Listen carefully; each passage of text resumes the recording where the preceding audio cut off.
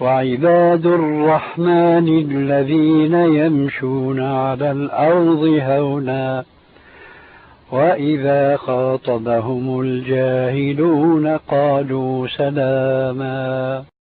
В целях общей пользы не мог бы достопочтимый шейх сделать наставление в отношении благословенного месяца Рамадан, в преддверии которого мы здесь все собрались.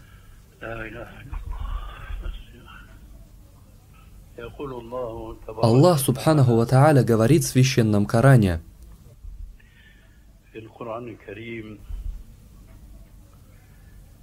«О те, которые уверовали, предписан вам Аллахом пост, как он был предписан тем общинам, которые были до вас, чтобы вы этим остерегались Аллаха,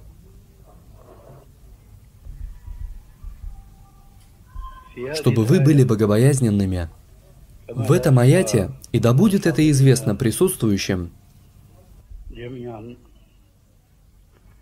могущественный и величественный Аллах сообщает умме Мухаммада, да благословит его Аллах и приветствует, что он, Субханаху ва Тааля,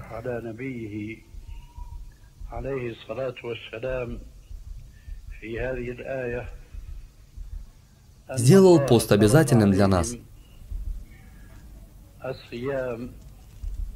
подобно тому, как он был предписан нашим предшественникам. Это вопрос, который хорошо известен всем мусульманам, которые читают этот аят и четко понимают его смысл.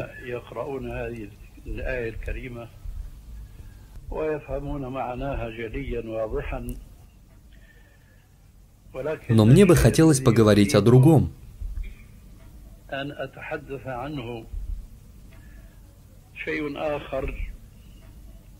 А именно, что лишь немногие из мусульман заостряют свое внимание на высказывании Всеблагого и Всевышнего Аллаха в конце этого аята.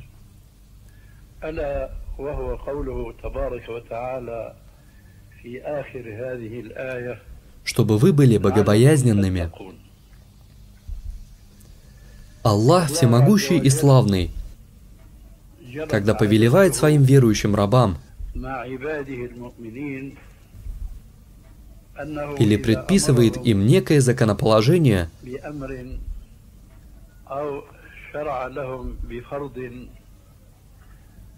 то обычно только упоминает повеление,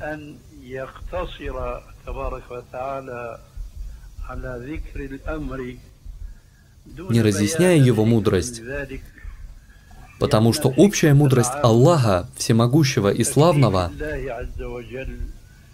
в том, что, возлагая обязанность на своих рабов, Он испытывает их этим, так, чтобы выявились те, кто будет повиноваться Ему, и те, кто не будет повиноваться Ему. Свят Он Всевышний.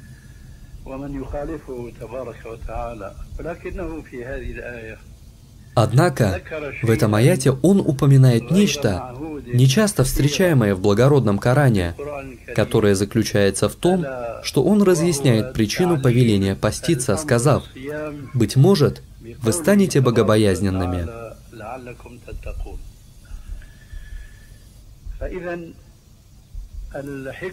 Мудрость повеления поститься не только в том, что верующие должны удерживаться от приятных, дозволенных и благих вещей,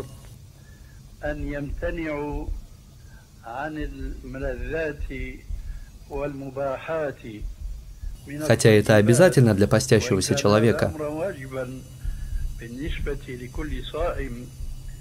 Но это не единственная требуемая вещь, которая заложена в посте.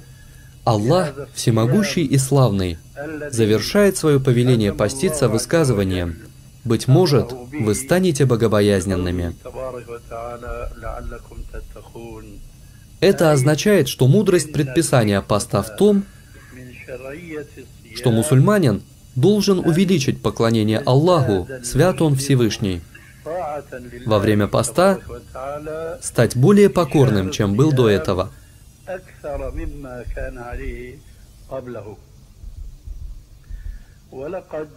Затем пророк, да благословит его Аллах и приветствует, полностью разъяснил эту божественную мудрость. Как передано в Сахих аль-Бухари,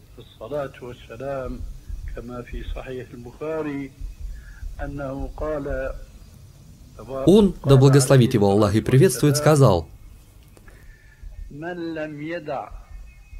«Тот, кто не отказывается от лжи в речах и делах, Аллах не нуждается в том, чтобы он оставлял свою пищу и питье».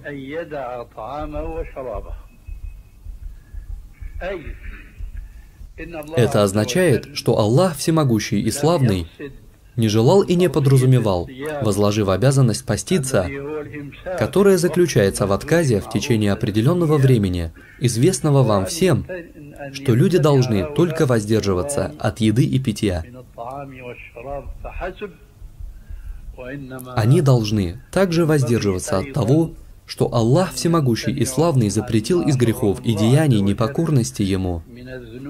И среди этого ложь в речах и делах.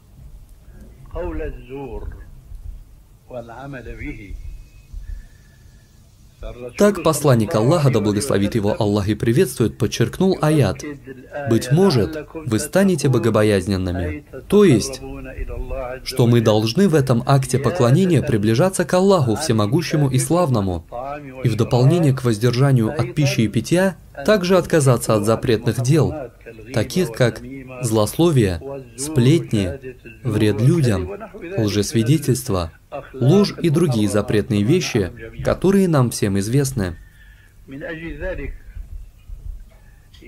Поэтому мусульмане обязаны знать, что деяния, нарушающие пост, не только физические действия, известные всем.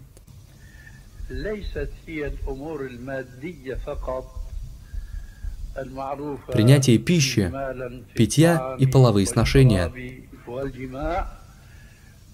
Пост состоит не только в том, что вы воздерживаетесь от этого. Поэтому некоторые из ученых различают и разделяют вещи, которые нарушают пост, на две категории. И это то, о чем я намереваюсь рассказать в это благословенное время, если соизволит Аллах. Это особенно важно, так как те, кто читает проповедь в мечети и увещевает людей во время Рамадана, говоря о вещах, нарушающих пост,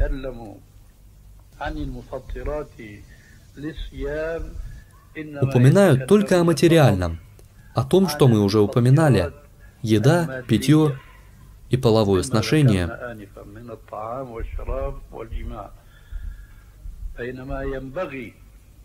Но как искренние увещеватели и люди, дающие напоминания мусульманам,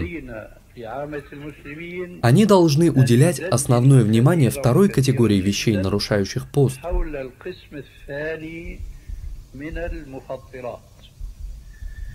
Потому что люди стали полагать, что пост состоит только в воздержании от первой категории вещей, вещей материальных.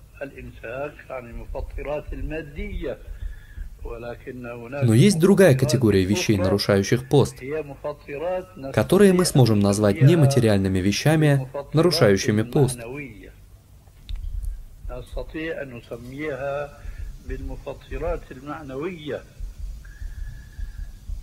Вы только что слышали его, да благословит его Аллах и приветствует высказывание: «Тот, кто не отказывается от лжи в речах и делах, Аллах не нуждается в том, чтобы он оставлял свою пищу и питье». Поэтому каждый постящийся должен обратиться к себе. Отказывается ли он только от материальных вещей, или он также отказывается и от нематериальных? Это означает, улучшил ли он свои манеры и поведение, когда наступил благословенный месяц Рамадан. Если это имеет место, то он исполнил предписание Аллаха. Свят Он Всевышний. В аяте: «Быть может, вы станете богобоязненными». Но что касается того, кто ограничивает свой пост только воздержанием от пищи и питья, продолжая упорствовать в дурном поведении, которое было присуще ему до Рамадана,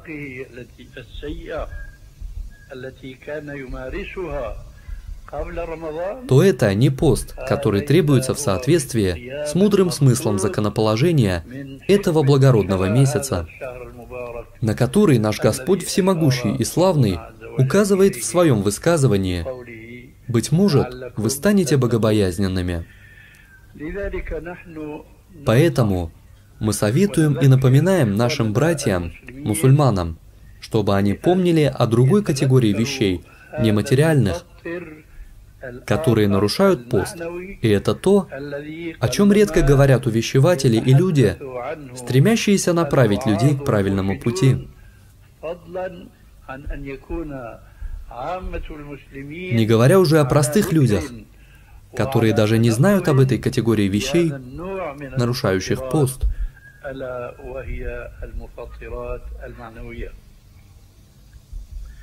Это то, о чем я хотел напомнить нашим братьям, присутствующим в этом прекрасном собрании, если Аллах соизволит,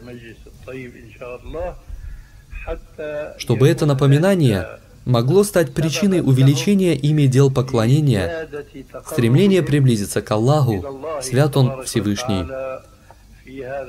В этом благословенном месяце, месяце поста, в котором, мы надеемся, Аллах, свят Он Всевышний, наставит нас и дарует нам полный успех в исполнении должных предписаний этого благословенного месяца, которые заключаются в том, что мы отказываемся от материальных и нематериальных вещей, нарушающих пост.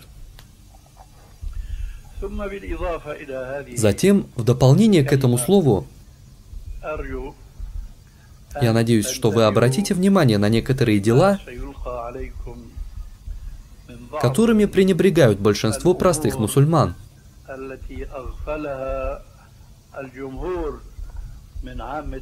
И даже те, кто имеет знания.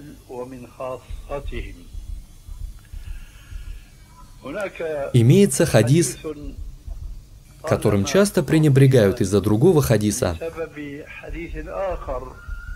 потому что большинство людей не способны совместить их значение на практике.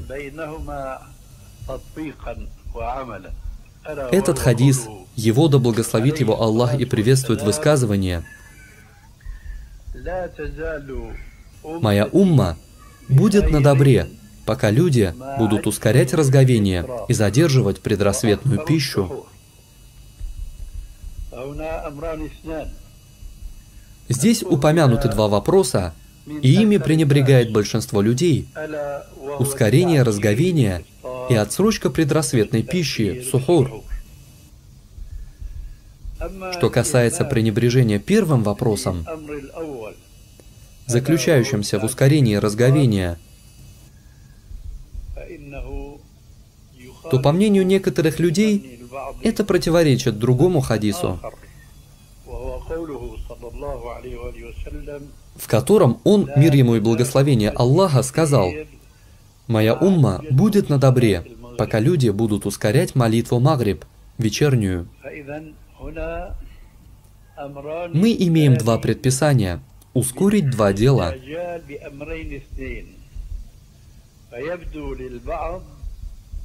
Некоторым людям кажется, что мы не можем одновременно ускорять оба из них.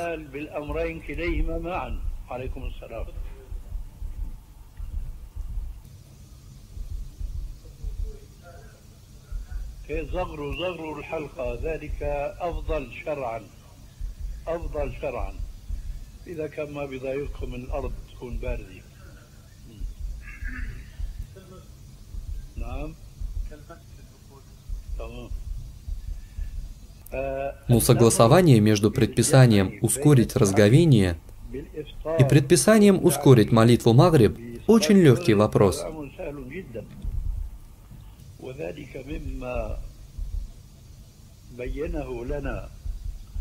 Наш пророк, да благословит его Аллах и приветствует, разъяснил это на практике. Он, да благословит его Аллах и приветствует, разговлялся 3 финиками. Он съедал 3 финика, затем совершал молитву Магриб, затем ел снова, если считал, что нуждается в ужине.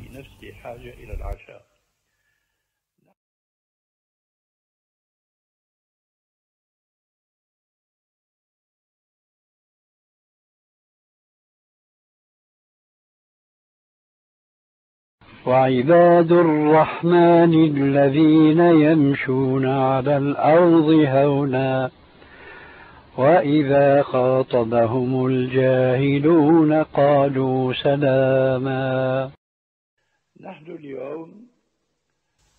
Но сегодня мы впадаем в 2 крайности. Во-первых, мы откладываем со временем азана, исходя из установленного для него времени. Далее следует другая крайность, а это то, что мы спешим с приемом пищи, за исключением тех немногих, которые стремятся совершить молитву Магриб в мечети.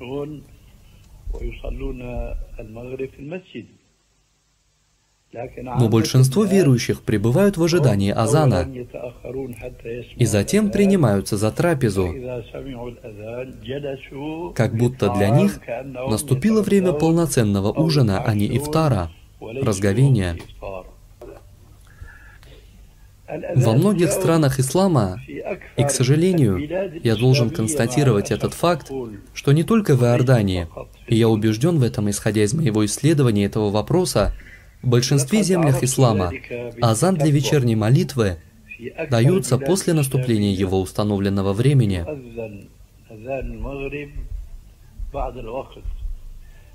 И причина этого кроется в том, что мы отказались от соблюдения и применения исламских постановлений в отношении вычисления времени совершения молитв, и вместо этого мы стали зависеть от астрономических вычислений.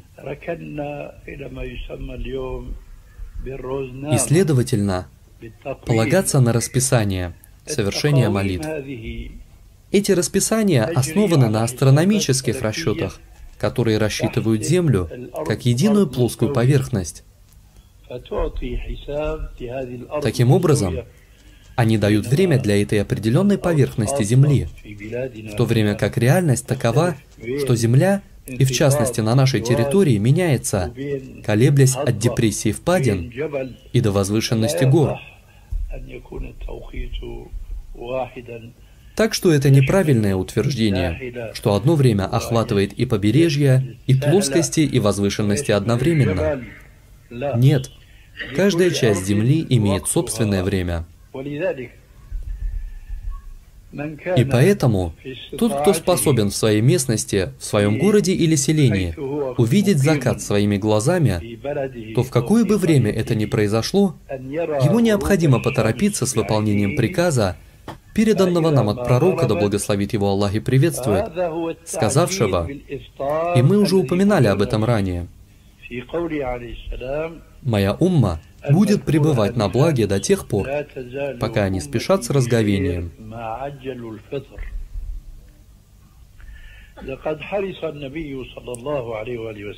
Таким образом, пророк, да благословит его Аллах и приветствует, был достаточно осторожен с выполнением этой сунны, обучая ей и практикуя среди верующих. Что же касается его учения, то он, да благословит его Аллах и приветствует, сказал в хадисе, переданном Аль-Бухари, в его достоверном сборнике: «Если ночь появляется с этой стороны, и он указал на восток, а день отбывает сюда, и он указал на запад, и солнце садится, тогда пост постящихся людей прерывается». Что означают слова «тогда пост постящихся людей прерывается»? Это означает, что постящийся вошел под постановление о разговении. Таким образом, приходит предыдущий приказ, где посланник Аллаха, да благословит его Аллах и приветствует, призвал спешить с разговением, и посланник, да благословит его Аллах и приветствует, практиковал это даже во время путешествия. Также в Сахихе Аль-Бухари сообщается, что однажды, когда пророк, да благословит его Аллах и приветствует, приказал одному из своих сподвижников, да будет доволен им Аллах, приготовить еду для разговения,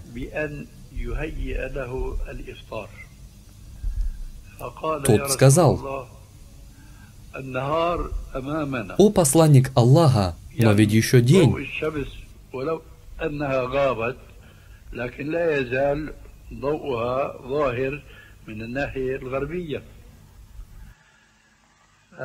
Посланник, да благословит его Аллах и приветствует, не ответил на это, а вновь приказал готовить ифтар. Рассказавший этот хадис сказал: «Мы могли видеть дневной свет перед собой, когда прервали наш пост», а потом добавил: «Если бы один из нас поднялся на своего верблюда, он увидел бы солнце». Солнце садится здесь, и посланник, да благословит его Аллах и приветствует, приказал одному из подвижников приготовить ифтар. Для чего? Для спешки в благом. Моя умма будет пребывать на благе до тех пор, пока они спешат с разговением. Итак, важный момент, который мы отметили здесь, это то, что спешка с ифтаром является узаконенным действием, и необходимо разговляться 3 финиками. Затем нам необходимо поспешить с совершением молитвы. И только после этих необходимых первостепенных действий постящиеся могут приниматься за вечернюю трапезу. Это первое, о чем я хотел поведать вам. И то, как применить эти 2 действия, с выполнением которых пророк, да благословит его Аллах и приветствует, повелел нам поспешить. Первым действием является приказ о необходимости спешки с разговением, а второе действие в отношении приказа с молитвой Магриб не откладывать с ее совершением. Таким образом, разговляться необходимо несколькими финиками в соответствии с сунной, а если нет фиников, то несколькими глотками воды. Затем следует совершить молитву в джамаате, в мечети. Другой вопрос, о котором я хотел бы вам напомнить, как передается в хадисе, и они откладывают время приема предрассветной пищи, сухур. То есть, здесь требуется противоположность действию с ифтаром. Поэтому он, да благословит его Аллах и приветствует, приказал нам спешить с ифтаром. Но что касается времени сухура, то оно должно быть отложено. Но то, что происходит сегодня, полностью противоречит этому, так как множество людей принимают свой сухур задолго до фаджра, утренней молитвы. Не подобает поступать так. Это противоречит сунне, выраженной в высказываниях пророка и его практике. Да благословит его Аллах и приветствует. Сподвижники пророка, мир ему и благословение Аллаха, отсрочивали сухур на такое позднее время, что один из них уже почти слышал азан, продолжая есть. Так он задерживал свой сухур. Поистине, есть достоверный хадис, переданный от пророка, мир ему и благословение Аллаха,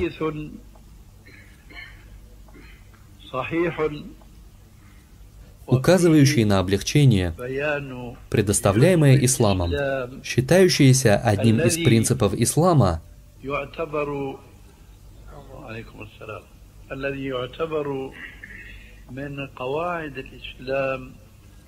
которым гордятся мусульмане, особенно в отношении вопроса поста.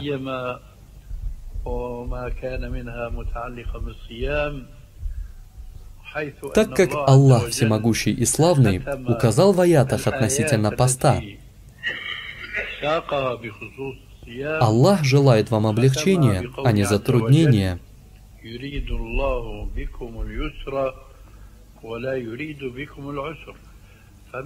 Из этого облегчения слова пророка, мир ему и благословение Аллаха: «Если один из вас слышит призыв к молитве, и блюдо находится в руке одного из вас, то пусть он не кладет его, пока не удовлетворит свою нужду из него, то есть пока не доест. Если один из вас слышит призыв к молитве и блюдо, посуда с едой, будь то молоко, иное питье, вода или что-то, что человек может принимать как сухур, и он слышит азан, то он не должен говорить: Теперь питание запрещено азаном? Нет. Это запрещено для того, кто уже удовлетворил свою нужду в еде и питье. Не разрешается ему есть или пить сверх того, чем он уже удовлетворился из еды и получил то, что хотел. А тот же, кто слышит азан и еще не удовлетворил свою нужду в пище и питье, то посланник, да благословит его Аллах и приветствует, узаконил для него это.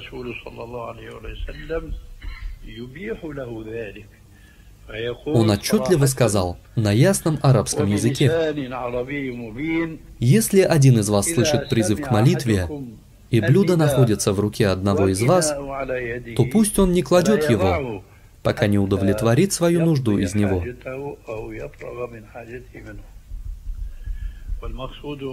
И то, что подразумевается здесь под призывом, есть второй призыв, второй азан. Это вовсе не первый азан, который они неправильно называют азаном отказа от приема пищи, аль-имсак. Мы должны знать, что нет никакого основания в сунне для называния первого азана азаном отказа. Второй азан — тот, когда мы должны начать воздерживаться. И это ясно установлено в Коране, так как Аллах Всемогущий и Славный говорит: «Ешьте и пейте, пока нельзя будет отличить белую нитку от черной до рассвета».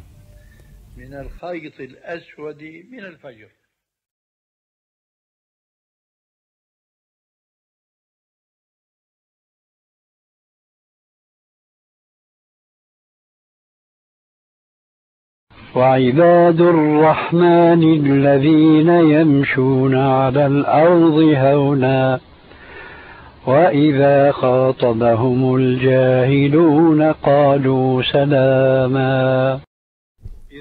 Еда становится запрещенной лишь с началом времени молитвы фаджр. Нет никакого промежутка времени между этими двумя вещами, то есть началом поста и началом времени молитвы. Нет никакого отказа от пищи и питья за четверть часа, больше или меньше этого, до начала времени молитвы фаджр. Нет совершенно. Поскольку молитва становится предписанной, когда появляется истинный рассвет, также и питание становится запретным для постящегося, когда появляется истинный рассвет. Поэтому нет никакого промежутка между этими двумя периодами. Поэтому в хадисе, переданном Аль-Бухари и Муслимом, упоминается от Абдуллаха ибн Умара ибн Аль-Хаттаба, да будет Аллах доволен ими обоими, что пророк, мир ему и благословение, сказал: «Пусть азан Биляля не обманывает вас».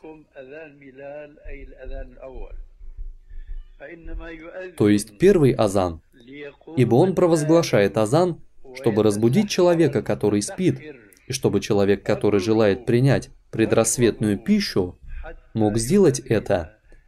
Поэтому ешьте и пейте, пока азан не провозгласит Ибн Мактум, его имя Амр, был тем слепым человеком, по поводу которого Аллах не спаслал 16 аятов из суры Абаса. Всевышний сказал: «Нахмурился он и отвернулся от того, что подошел к нему, к пророку слепой».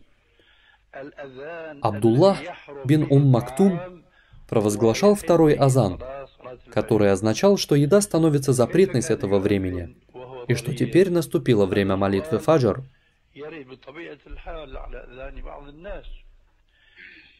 Как он провозглашал азан, будучи слепым? Этот вопрос, который естественно приходит на ум некоторым людям. Амр ибн Мактум поднимался на крышу мечети, и он не мог видеть рассвет, но ждал, пока кто-нибудь не увидит рассвет и скажет ему: «Утро! Наступило утро!» Тогда он провозглашал азан.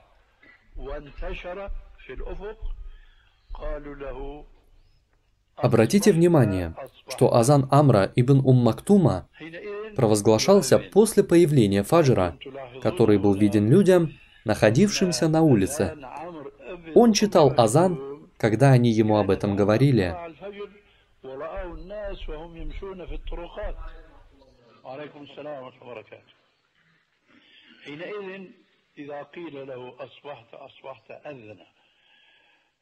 Поэтому в этом деле есть некоторые допущения, так как муаззин воздерживается от чтения азана, пока не услышит, что люди сообщают ему о наступлении рассвета. И затем посланник Аллаха, мир ему и благословение Аллаха, сказал: «Если один из вас слышит призыв к молитве и блюдо находится в руке одного из вас, то пусть он не кладет его, пока не удовлетворит свою нужду из него». Аллах Всемогущий и Славный говорит в конце аятов, касающихся поста: «Аллах желает вам облегчения, а не затруднения, чтобы вы завершили число дней, и чтобы вы возвеличивали Аллаха за то, что Он направил вас на истинный путь. Быть может, вы возблагодарите Его». Поэтому порицается фикхом и противоречит сунне высказывание человека: если человек слышит азан и у него во рту пища, то он должен выплюнуть ее.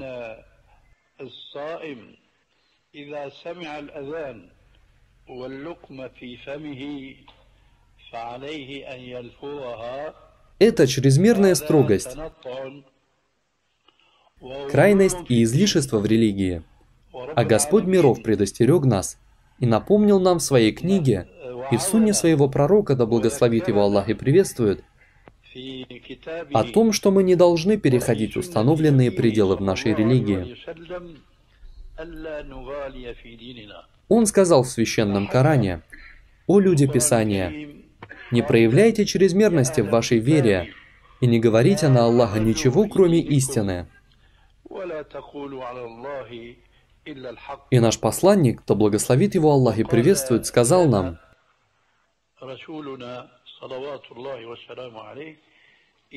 «Остерегайтесь чрезмерности в религии, ибо те, кто были до вас, были уничтожены за чрезмерность в их вере».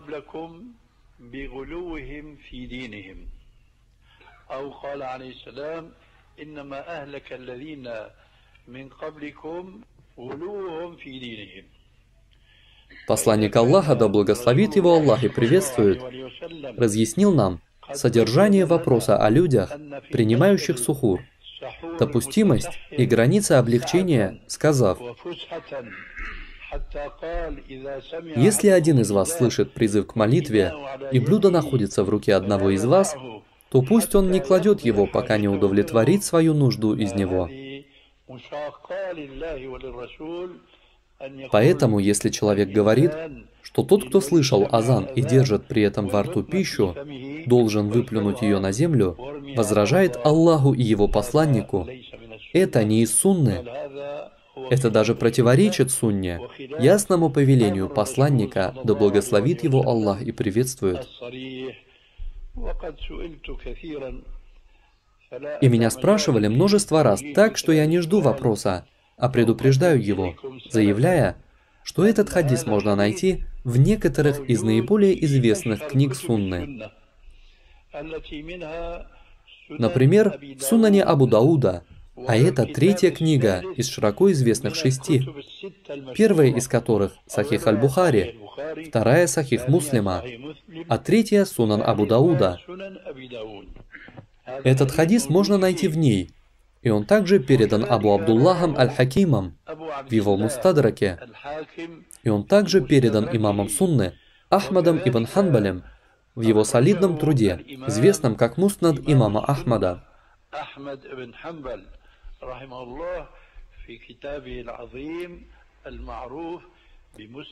Этот хадис не есть странный хадис, напротив, это известный хадис и был предписан имамами сунны в ранние времена и с достоверной цепочкой передачи. Я завершаю разговор высказыванием пророка, да благословит его Аллах и приветствует.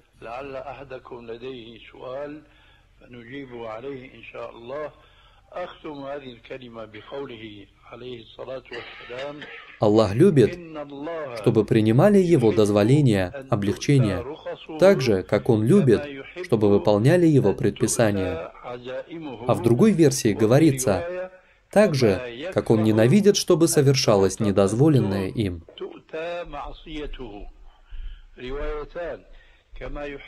Есть две версии. Аллах любит, чтобы Его дозволения принимали так же, как Он любит, чтобы Его предписания выполняли. И второе, как Он ненавидит, чтобы совершалось недозволенное им. Поэтому мусульманин не должен практиковать ложное благочестие и в результате его отворачиваться от повиновения пророку. Да благословит его Аллах и приветствует в том, что Он одобрил для нас и разъяснил нам. И сказанного достаточно, а вся хвала Аллаху, Господу миров.